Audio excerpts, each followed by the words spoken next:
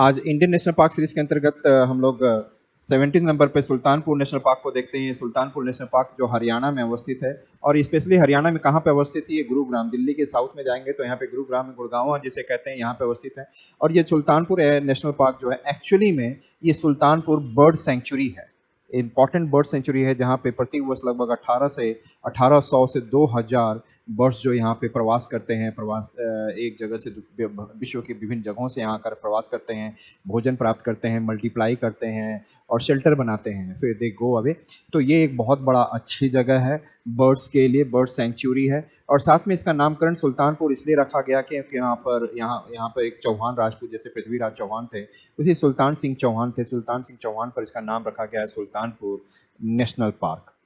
और इस national park के पश्चात हरियाणा के दूसरे नेशनल पार्क जो हम लोग करेंगे वो कालेसर नेशनल पार्क है। इंडियन नेशनल पार्क सीरीज के अंतर्गत आज हम लोग हरियाणा के 18th नंबर के कालेसर नेशनल पार्क को हम लोग करेंगे। ये जो कालेसर नेशनल पार्क जो है हरियाणा के यमुनानगर डिस्ट्रिक्ट में अवस्थित है। हरियाणा के यमुनानगर डिस्ट्रिक्ट में अवस्थित है और इस यमुनानगर डिस्ट्रिक्ट, इस नेशनल पार्क के ईस्ट से ही, पूर्व से ही यमुना नदी जाती है, जिसमें यह नेशनल पार्क के जितने भी एनिमल्स होते हैं जो अपना पानी प्राप्त करते हैं। साथ ही साथ यमुनानगर डिस्ट्रिक्ट में एक डैम है, हथनी कुंज है, और ये हथनी कुंज से भी यहाँ के एनिमल्स को पानी प्राप्त करवाया जाता है। साथ ही साथ हम देखेंगे जो ये जो कालेश्वर नेशनल पार्क है, इसके नॉर्थ ईस्ट में जाएंगे तो यहीं पर उत्तराखंड का सिंबलबारा, सिरमौर डिस्ट्रिक्ट में सिंबलबारा नेशनल पार्क आपने देखा होगा, और नॉर्थ में जाएंगे तो राजाजी नेशनल पार्क का एक प्रकार के समीपतम 2 नेशनल पार्क हैं।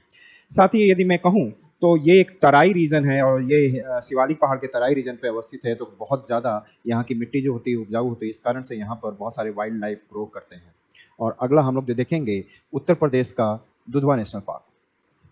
इंडियन नेशनल पार्क सीरीज के अंतर्गत आज हम लोग 19th नंबर पे उत्तर प्रदेश के दुधवा नेशनल पार्क को देखते हैं। और ये दुधवा नेशनल पार्क जो है ये उत्तर प्रदेश में लखीमपुर खेरी डिस्ट्रिक्ट के अंतर्गत है और यहाँ से शारदा नदी जाती है और यही शारदा नदी जो आगे बनकर सरयू, अयोध्या से सरयू बनकर गुजरती है। तो यहाँ पे एक शारदा नदी है और ये जो देखा जाए ये रीजन है जो यहाँ पर इस क्षेत्र में जो देखा जाए ये शिवालिक की है, शिवालिक का पर्वत पदीय क्षेत्र, फुट हिल्स है और यहीं पर तराई रीजन है। इस तराई रीजन में आपको बहुत ज़्यादा उपजाऊ मिट्टी होने की वजह से यहाँ पे काफ़ी मात्रा में वाइल्ड लाइफ ग्रो करते हैं और ये एक बेस्ट नेशनल पार्क बन जाता है, दुधवा नेशनल पार्क।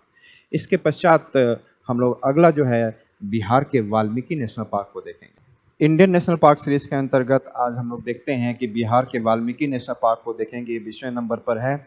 और यहाँ पर हम लोग देखेंगे कि ये जो वाल्मीकि नेशनल पार्क ये भी शिवालिक रेंज के पर्वत पदीय क्षेत्र पे है, तराई रीजन में है। और इस वाल्मीकि नेशनल पार्क को पहले भैंसा लोटन नेशनल पार्क कहा जाता था।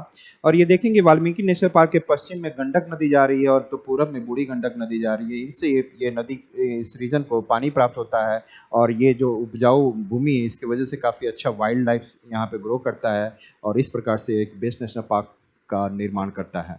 अगला जो नेशनल पार्क हम लोग देखेंगे ये झारखंड का बेतला नेशनल पार्क।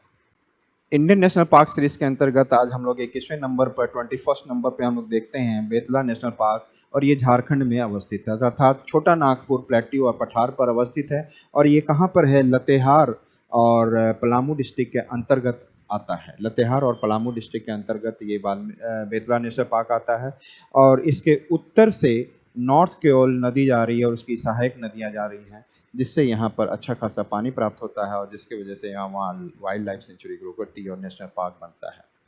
इस नेशनल पार्क के पश्चात हम लोग वेस्ट बंगाल का जल्दापारा नेशनल पार्क को करेंगे।